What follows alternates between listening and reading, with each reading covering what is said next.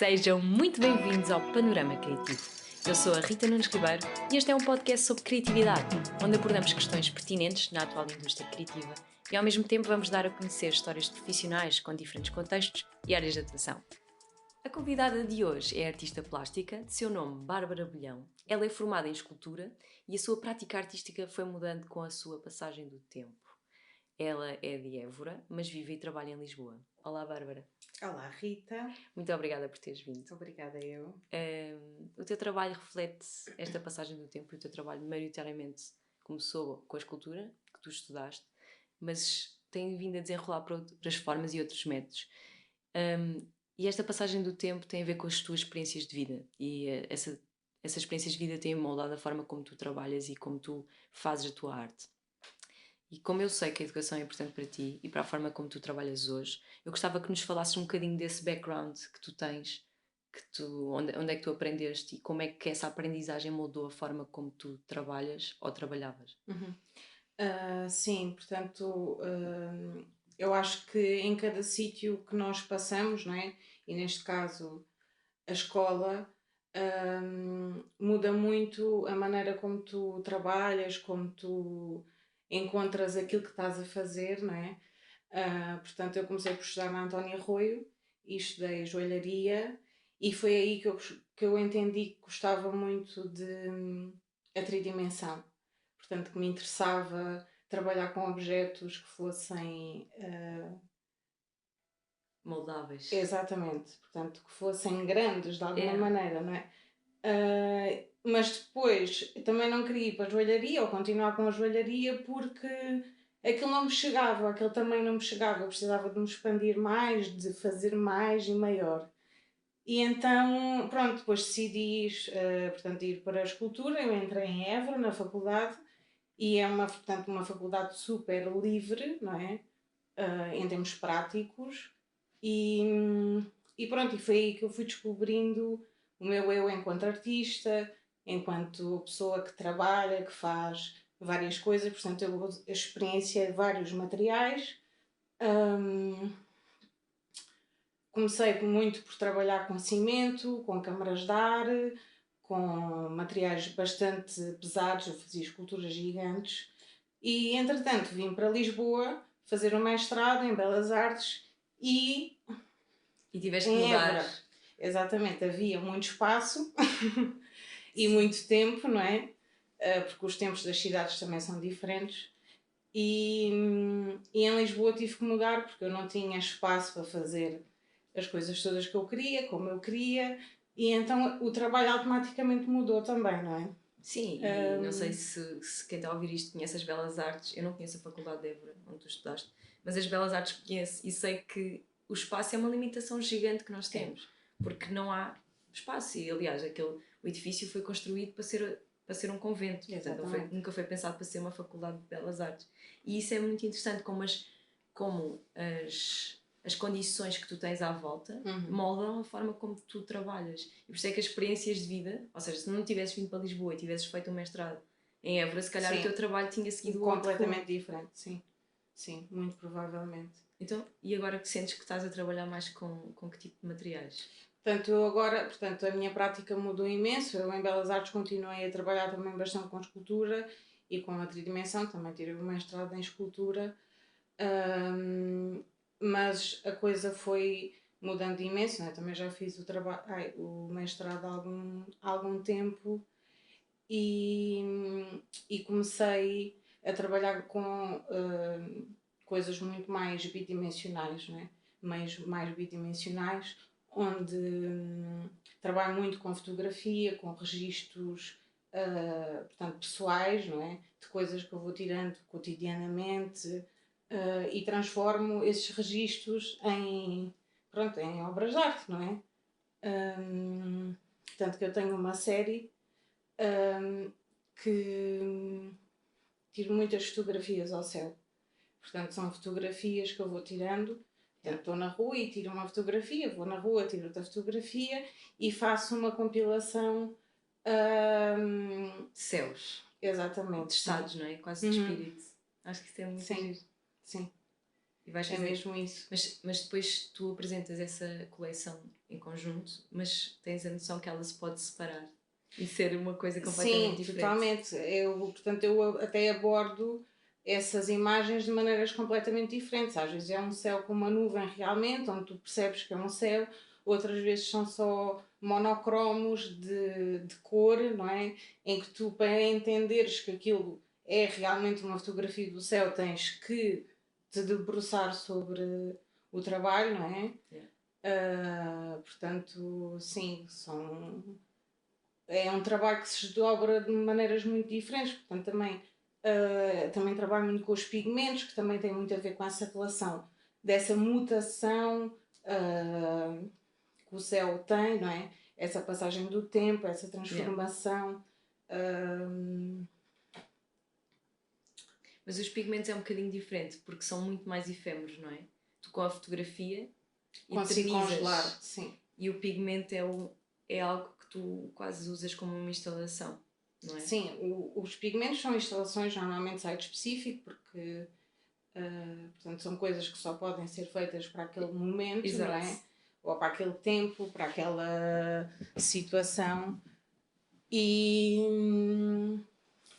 E sim, são peças diferentes, mas que têm o mesmo sumo, não é? Yeah. Portanto, que a ideia é essa também da passagem do tempo. Portanto, eu tenho uma peça que consigo, portanto, numa mesma bidimensionalidade tridimensional, ter as 24 horas do dia numa imagem, não é?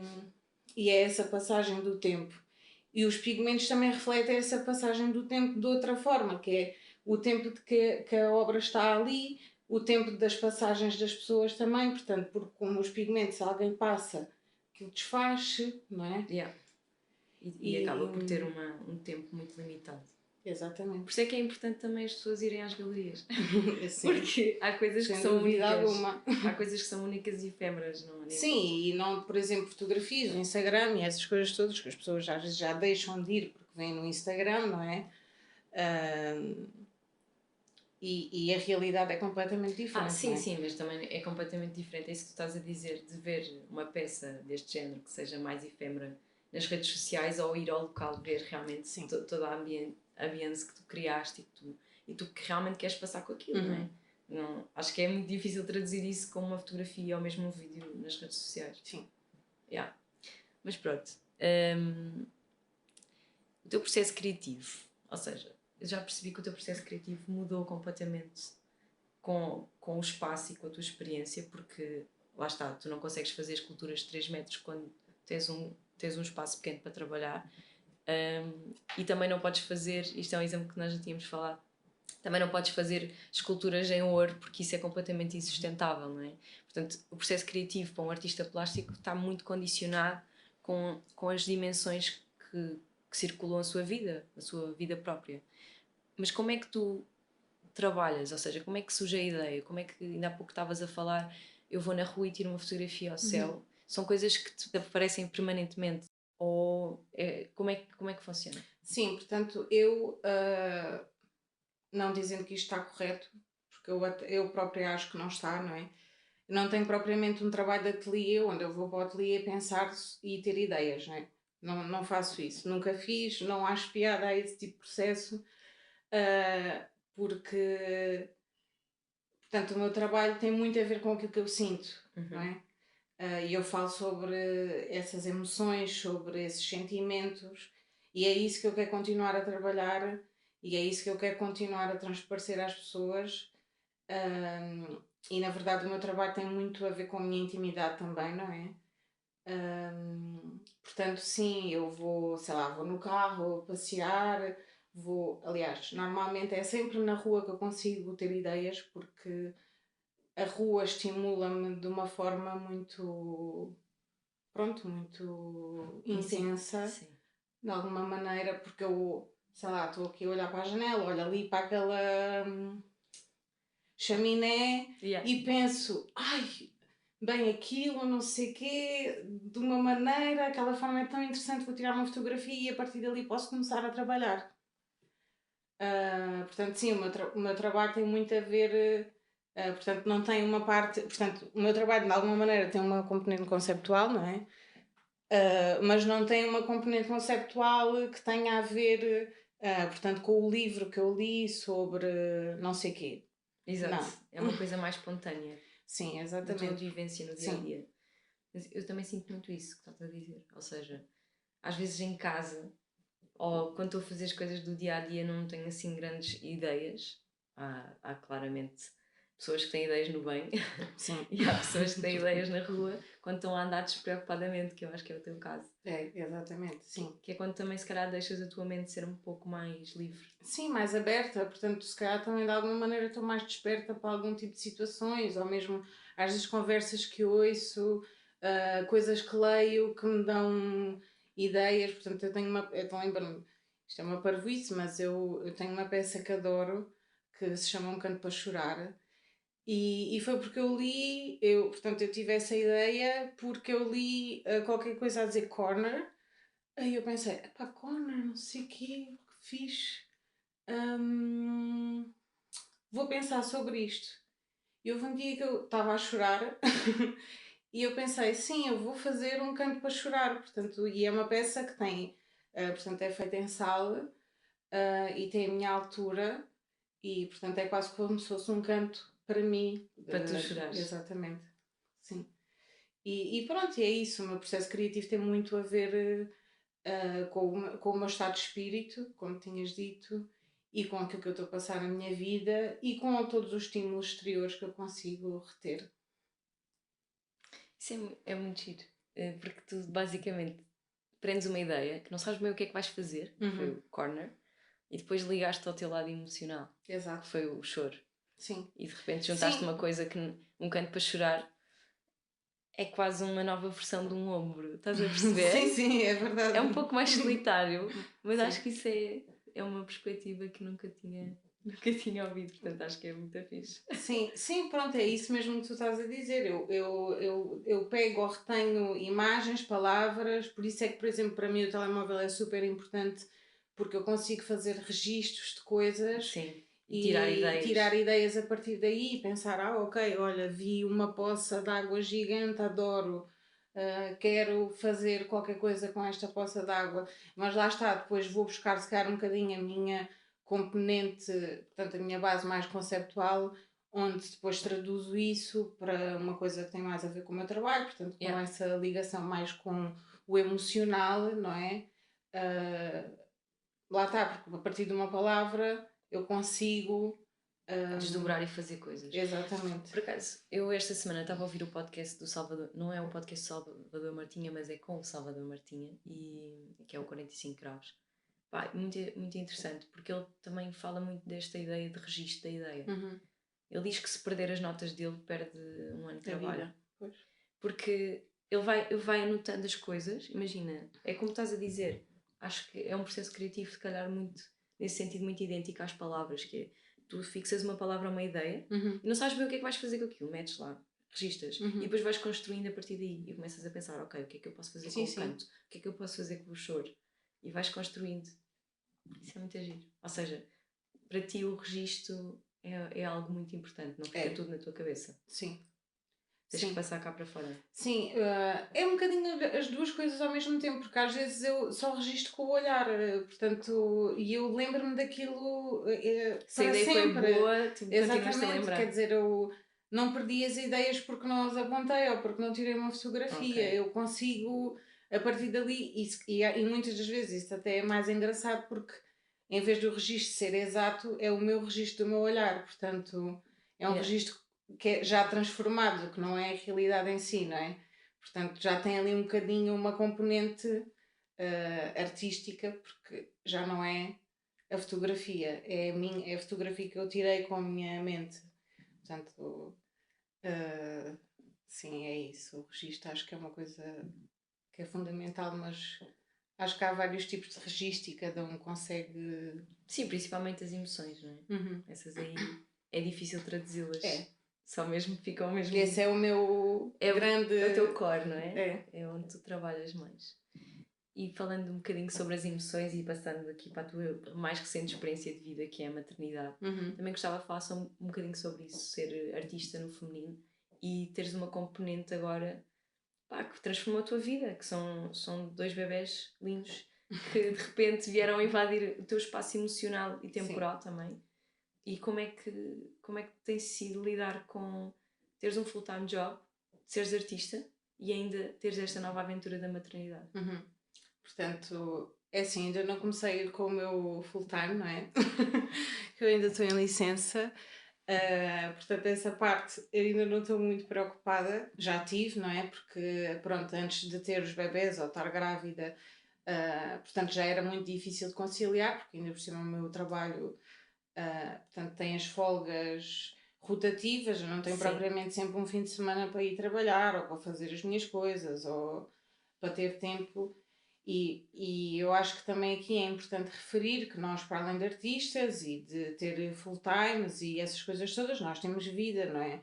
Exato. E essa vida também ocupa o teu tempo e o teu espaço e também tens que ter lazer, também tens que ter conforto. Sim, sanidade, não é? Mental. Exatamente, eu acho que muitas das vezes as pessoas também se esquecem aqui que a componente de ser artista, para além de ser também, esse sim é um full-time job, porque eu estou aqui e posso estar a pensar em qualquer coisa que me vai despoltar uma obra, não é? Mas tudo o resto também ocupa o seu tempo e o seu espaço, não é? Claro. E isso é muito importante referir, porque muitas das vezes a sociedade acha que, pronto, ainda tem aquela ideia meio romantizada de que o artista está ali o dia inteiro a pintar ou e a ter ideias. Exatamente, e não faz mais nada, não dorme, não come, não faz nada, não é? Exato, está dentro do seu estúdio muito preso às suas ideias. E o artista contemporâneo de agora já não é propriamente esse artista, não é? As pessoas querem ter uma casa, querem ter. Têm contas para pagar, têm outras coisas. Exatamente, para fazer, têm querem comprar roupa, querem fazer as vidas normais, não é? Exato. E sim, portanto, a parte da mulher, não é? Eu acho que aí começamos logo, também desde o início, de alguma maneira, de pé atrás, não é? Porque se reparares e se conseguires te, pronto, informar, a programação artística, muitas delas, não é? É maioritariamente feita com homens. E isso faz logo que tu tenhas uma dificuldade maior em entrar dentro do sistema. Pronto, isso é logo uma... É logo uma barreira à partida que tu tens que ultrapassar. Exatamente. Ainda não está estipulado qual é o papel da mulher. Não, eu acho que está, e eu acho que é uma preocupação cada vez maior das pessoas, mas intuitivamente e sem querer, algumas das vezes, é o homem que está lá, não é? Não é a mulher que está a fazer essa representação, é o homem que está a fazer, por exemplo, um ciclo de exposições. Há 3 mulheres, porque se calhar essa pessoa que está a fazer esse ciclo de exposições lembrou-se: epá, temos que pôr aqui 3 mulheres, não é? Exato. Ou 4, senão isto é só homens, e depois vêm para aqui as mulheres dizer que. Sim, esse tipo de preocupação agora é muito. Mas quer dizer, essa preocupação é uma coisa mais ou menos recente, não é? Sim, é recente. Isso traduz não só no panorama artístico, mas também em todo o lado. Em todo o lado, exatamente. Sim. Hoje em dia é uma preocupação incluir. Portanto, esse é o primeiro passo, não é? Que eu acho que é importante nós conseguirmos mudar também essa consciência, que já está a ser mudada, não é? Mas em vez de ser uma consciência mudada, acho que devia ser uma coisa que seria intuitiva, tal como é para os homens, não é? E depois, pronto, agora tenho 2 bebés, não é? E essa gestão emocional também. Sim. Portanto, das primeiras coisas que eu fiz foi começar a fazer, portanto, quando eu estava grávida, aliás, no dia antes de ter os bebés, eu inaugurei uma exposição que tinha a ver exatamente com a minha gravidez, que se chama Chorar ou Levantar Pequeno Almoço. E esse título é o título portanto, de um exame, não é? Que eu fiz. Portanto, eu sempre que ia ao médico tinha a tensão muito alta, porque ficava muito nervosa. E elas andavam, não sei o quê, não podes ter tensão alta, nananana. E então eu tive que fazer um exame que estava há 24 horas a medir a minha tensão e ia registando aquilo que eu ia fazendo. Portanto, que tomava o pequeno almoço, que chorava, que me levantava, que comia, que não sei o quê. Portanto, o registro das 24 horas daquilo que eu fiz durante essas 24 horas. E coisas que eu fiz foi tomar o pequeno almoço, que é uma coisa super importante para mim. Chorei e levantei-me. E então esse é o título da exposição, que portanto tem essa obra, que é o registro desse exame. Depois tem outra obra que eu fui construindo durante a gravidez, que são que é um calendário dos 9 meses da minha gravidez, onde eu registei todos os acontecimentos por dia. Por exemplo, hoje estou feliz. Foste fazendo esse registro Sim. emocional. Uhum. Hoje chorei, não sei o quê. Hoje disseram que eu não posso comer não sei o quê. Estou chateada. Posso comer não sei o quê. Hoje o Fábio disse-me nananã. Hoje a minha mãe não sei o quê. Hoje estou triste, hoje estou contente. Portanto, eu fui fazendo um registro em forma de calendário desses momentos, não é? E dessas sensações que eu estava sempre a ter e dessas emoções, que se traduziu também numa peça. E depois, nessa mesma exposição, também fiz outra peça que para mim super essencial, que é, portanto, uns pés de umas cadeiras em folha de ouro. É uma cadeira de minha casa que foi, portanto, que eu lhe retirei os pés e que pronto, cobri a folha de ouro e que se chama apoio. Portanto, que foi a cadeira que me sustentou de alguma forma fisicamente e também é que portanto, é uma tradução também para o apoio emocional, portanto, que eu tive durante esses meses. Exatamente. Mas sim, continuando. E depois, por exemplo, nessa exposição, e tu estavas-me a dizer por causa desse registro se eu podia continuar, o título dessa obra é Sem Título, Autorretrato Inacabado, portanto, e tem uma premissa das datas, não é? Portanto, que foi de data X a data X portanto, que esse calendário aconteceu. E por isso, sim, esse registro pode ser continuado, porque a ideia é mesmo essa, é que aquilo é um autorretrato que vai se transformando e que vai continuando de forma, quando eu quiser outra vez começar a traduzir isso, a fazer esse trabalho, continuo. Acho que é um registro mesmo bonito e representa mesmo a transformação da tua vida, não é? Das tuas experiências. E é realmente uma forma de exemplificar como é que o processo criativo funciona para ti. Sim, sim, sim. Porque a tua experiência, os teus sentimentos, as tuas emoções moldam 100% do teu trabalho. Isso é completamente visível. Só esta conversa, eu não sei se o ouvinte consegue perceber, mas o lado emocional vai ao de cima, dá mesmo para perceber que isto é a tua vida, percebes? E eu acho que isso é super bonito mesmo. E agora, portanto, a nova transformação com a maternidade, o meu trabalho também mudou novamente e comecei a trabalhar e a olhar mais para uma coisa que nunca tinha feito, que é o meu próprio corpo.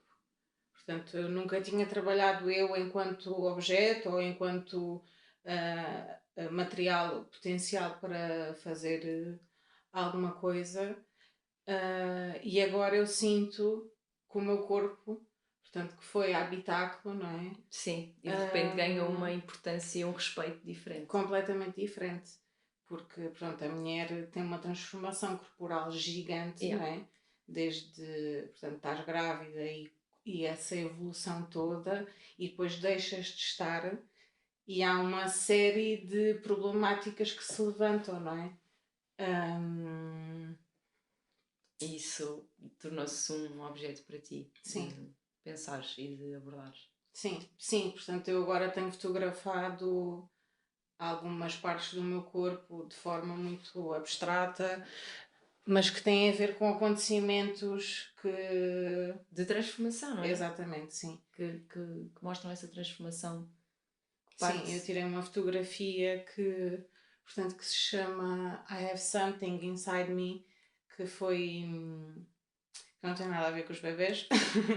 Portanto, foi quando eu coloquei o implante contraceptivo e aquilo deixou-me uma marca gigante no braço. E depois começas a pensar no peso, não é? Que ser mulher tem. Sim, sim. Pronto, porque. Seja esse contraceptivo, seja a pílula química, não é? Exatamente. Que é muito comum. Normalmente é deixado ao cargo da mulher essa responsabilidade toda, não é? E eu, por exemplo, passei por um processo de gravidez, não é? E a seguir. Tens que resolver o bora, assunto. mais uma, vamos lá, não é? E esse trabalho até vai ser um work in progress, porque pronto, eu já tirei outra fotografia, porque eu entretanto tive que tirar o implante e agora a minha cicatriz ainda é maior. Portanto, eu também tirei uma fotografia, essa cicatriz que ficou, não é? Quase como um registro dessa predisposição ou dessa quase obrigação que a mulher tem. Exatamente. Que te deixa uma cicatriz. Esta é visível, mas há muitas que são invisíveis e que as pessoas não fazem ideia.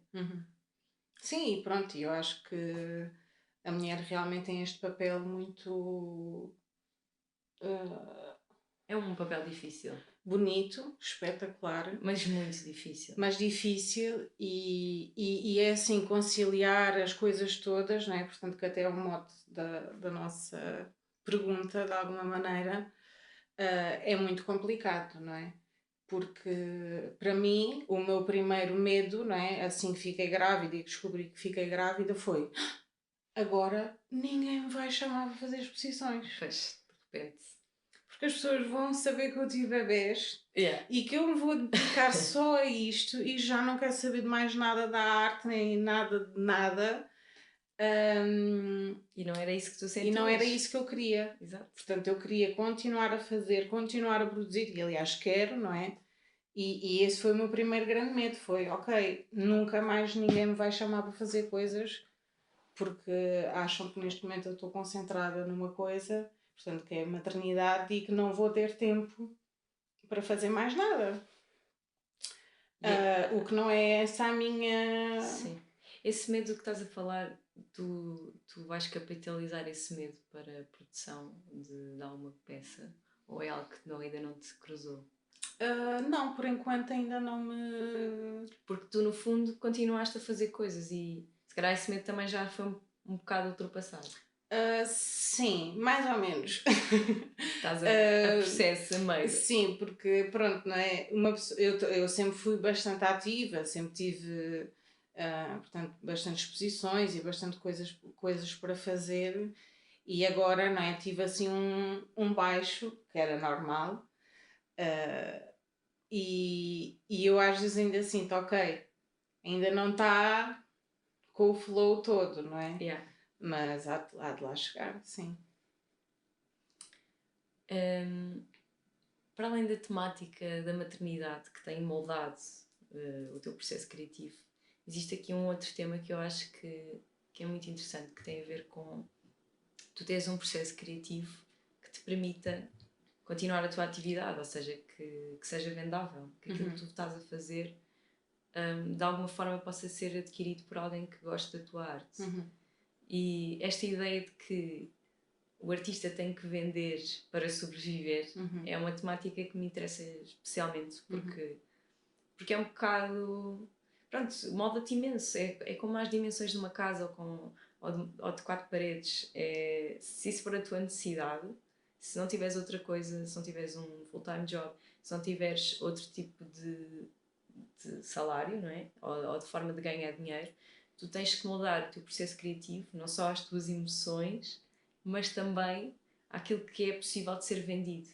E eu acho que essa temática é algo muito, muito interessante.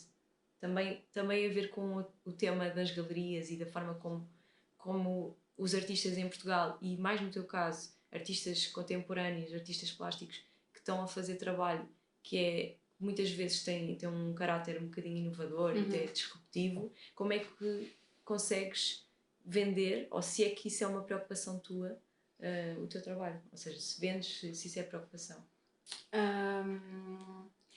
É assim, em primeiro lugar, tal como temos falado, pronto, quase nesta conversa toda, não é? O teu trabalho realmente molda-se muito consoante as tuas condições, não é? Lá está o tempo, o espaço, e para mim essas são as duas essenciais, e depois a seguir, não é? E isto portanto, essa componente comercial foi uma coisa que eu comecei a ver há relativamente pouco tempo, comparando com a minha prática, não é? Porque sim, tu chega aqui uma altura da tua vida que tu pensas, ok, eu amo fazer arte, isto é a minha vida, é aquilo que eu quero fazer, mas eu preciso de ganhar dinheiro. Exato. Não é? Portanto, a minha primeira opção foi ter o full time, não é? E a seguir, sempre que eu vou fazer uma peça, não é? Sempre não, porque eu também tenho, lá está, a minha componente mais emocional faz com que eu não consiga pensar só em vendas ou só em ser comercial ou só, ok, vou fazer coisas que as pessoas possam levar para casa. Não. Portanto, não faço só isso, não é? Mas também começo a fazer isso. Exatamente. É um equilíbrio entre aquilo que estás a sentir, aquilo que queres produzir e aquilo que vai ser sustentável a longo prazo, não é? Exatamente. Pronto, porque eu, por exemplo, no início da minha atividade, a maior parte das coisas que eu fazia não eram vendáveis. Eu tinha absoluta noção disso, inclusive afirmava assim, eu quero continuar a fazer coisas que ninguém vai comprar, não sei o quê, nananã. Pronto, e depois começam a haver as primeiras vendas, não é? E tu entendes que há certo tipo de trabalhos que se vendem melhor que outros e de alguma maneira tu quando começas a pensar, não é, na obra que vais fazer, já pensas também, ok, se calhar em vez de fazer isto com 20 kg de sal, não é? Se calhar faço só com 1 kg, porque assim alguém pode levá-la para casa, não é? Portanto, a ideia é que a ideia não seja destruída, não é? Mas que seja adaptada. Mas que seja adaptada, exatamente. Portanto, tu consigas também ter esta parte da componente comercial, que é muito importante, sem dúvida alguma, porque pronto, nós precisamos nos sustentar, não é? Mas qual é que é a tua relação com essa separação com a obra? Ou seja, já percebi que tu passaste por várias fases. Uma delas era não quero saber, nada vai ser vendido, para uma fase agora em que, se não destruir a ideia, és capaz de adaptá-la para ser mais fácil. Como é que é essa relação de te separares da tua obra quando essa obra representa tantas emoções para ti? O mais engraçado no meio disto tudo é que... É uma libertação? É. Até porque isto é um bocado horrível de se dizer, mas eu, as minhas primeiras obras da faculdade, os meus primeiros trabalhos, eu apresentava-os aos professores e eu deitava-os para o lixo. Porque eu não podia ter aqueles objetos ali ao pé de mim. Porque eu já fiz o trabalho todo e já despejei tudo naqueles objetos naquele momento. E depois a seguir acabou, vá a função deles, adeus. Não quero mais vê-los. É como se tu usasses a prática artística como uma sessão de terapia. É. E no final tens que descartar aquilo porque sem aquilo está cheio. Aquilo é como se tivesse uma energia má. Sim. Mas também tem energias boas. E é isso. Imagina, se calhar há peças, como estás a dizer, que começaste a fazer na faculdade que tinham energias muito negativas e que tinhas mesmo que deitar aquilo fora. E era isso que tinhas que fazer e foi isso que tu fizeste. Mas hoje em dia, e tendo em conta que tu tens emoções ligadas a temas tão ternurentos como é a maternidade, como é que é? Essa libertação mantém-se ou há coisas que tu tens pena de perder? há coisas que eu tenho pena de perder. Por exemplo, eu e o meu namorado, portanto, também é artista, nós fizemos uma peça em conjunto que é uma ecografia dos nossos bebés e um eclipse, uma imagem da NASA, um eclipse solar. E houve uma pessoa que quis comprar a peça e eu disse que não conseguias que não vender. vendia. Sim, é que ela tem mesmo Sim, um significado que transcende sim, qualquer valor. exatamente. Que tu pudesses Se querer equacionar. Exatamente. Sim, se dessem se calhar. 1 milhão. 2 Uma milhões. pessoa replicava a peça, não é? Mas não. Sim, há coisas que não me faz muito sentido, portanto, vendê-las, mas é assim, lá está, como também já tinha dito, de alguma maneira, não é? A prática em si já é pensada com essa componente mais comercial, portanto, eu já tenho noção que se fizer pigmentos no chão, que Sim. as pessoas vão adorar, não sei o quê, muito fixe, mas que no final do dia isso não vai me levar a lado nenhum em termos financeiros, não é? Exatamente. Portanto, sim, já tenho uma lógica muito mais de tentar trabalhar também a ideia numa componente, pronto, mais comercial. Mas, por exemplo, agora tocaste num ponto que acho que também é interessante, que é no sentido da preservação daquilo que tu crias. Por exemplo, a temática do pigmento também é um bocado difícil. Porque tu não consegues, e é isso que estávamos a falar há bocado, tu não consegues preservar aquilo. Por mais fotografias e vídeos que tu faças, não dá para preservar aquilo.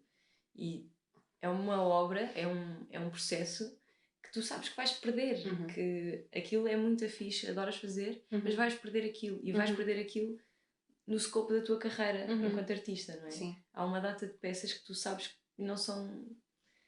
E como é que tu lidas com isso? Porque há tanta coisa fixe que tu podes fazer. Mas sabes que eu lido muito bem com essa separação com as obras, porque é assim, por exemplo, eu idealmente, e se eu tivesse muito dinheiro e se me produzisse, portanto, se me dessem dinheiro de produção para todas as minhas peças, eu só faria obra site específico, portanto.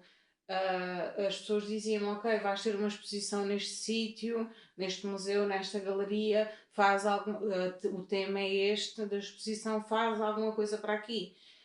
E eu era o que faria. Exato. Portanto, porque aquilo que me interessa é que alguém me deu um mote, não é? E eu, a partir desse mote, eu consiga trabalhar sobre ele, mas dentro da minha perspectiva. Sim. Daí aquilo que eu disse no início, que não me faz muito sentido ir para o ateliê ter ideias. Sim, porque as ideias são tidas durante o decorrer da tua vida. Exatamente. E não num espaço temporal fechado. Exato, e pronto, por exemplo, tu convidas-me para fazer uma exposição e dizes-me que a exposição é sobre janelas abertas, por exemplo. E eu vou trabalhar o que é a minha perspectiva sobre uma janela aberta. E daí eu adorava, não é? Idealmente, só fazer projetos site específico, porque interessa-me muito essa. Quase essa proposta, não é? Exterior, que te faz pensar em coisas que se calhar de outra forma não ias pensar. Exatamente. Isso é quase um briefing aberto. Sim, exato. Daí eu gostar de. Essa separação à obra não me faz confusão porque. Quando é assim. Sim. Ok. Ou seja, quando a obra é proposta, com base numa temática que não foste tu a decidir, essa libertação com a obra é grande e é fácil. Sim, mas sim. Quando ela é pronto, mais íntima, mais claro íntima, que aí já é mais complicado, sim. Exato. Mas pronto, normalmente eu tenho assim um despojamento grande em relação às minhas peças, porque lá está, eu sempre trabalhei muito também essa parte do efêmero, não é? Portanto, eu à partida, se estou a colocar pigmentos no chão, eu sei que os vou ter que os ir limpar a seguir e destruir aquilo tudo. Portanto, aquilo que eu fiz... É criação e destruição. Exatamente, portanto, eu fiz e sei, enquanto estou a fazer, que vou ter que passar tipo 5, 6 dias, um mês, limpar tudo e deitar aquilo tudo no lixo, não é? Portanto, normalmente não tenho essa preocupação, até porque os materiais que eu normalmente utilizo também traduzem essa despreocupação, na verdade, também. Bem, quem está curioso com o teu trabalho, porque já falámos aqui de muito tipo de materiais e processos, pode sempre seguir o teu Instagram, que eu vou deixar aqui na descrição do episódio. E pronto, e é bom seguirem, porque se gostarem, se tiverem interesse em seguir o trabalho, podem ver quando tu tiveres uma nova exposição ou quando tu estiveres a ser representada em algum lado. Exatamente. Por isso, olhem. E Bárbara, obrigada. Obrigada. Acho que foi muito agir. Gostei muito de falar contigo. Obrigada. Foi super emocionante. Eu senti mesmo. A sério, senti mesmo uma energia de emoção, muita emoção. E acho que isso, no fundo, também é o que move muitos artistas: é essa emoção e conseguirem traduzir aquilo que pensam e aquilo que sentem em suportes, sejam eles quais forem. Por isso, olha, muito obrigada. Gostei muito da nossa Obrigada conversa. eu. E a ti que estás desse lado, muito obrigada por ouvires o Panorama Criativo e vemo-nos no próximo episódio.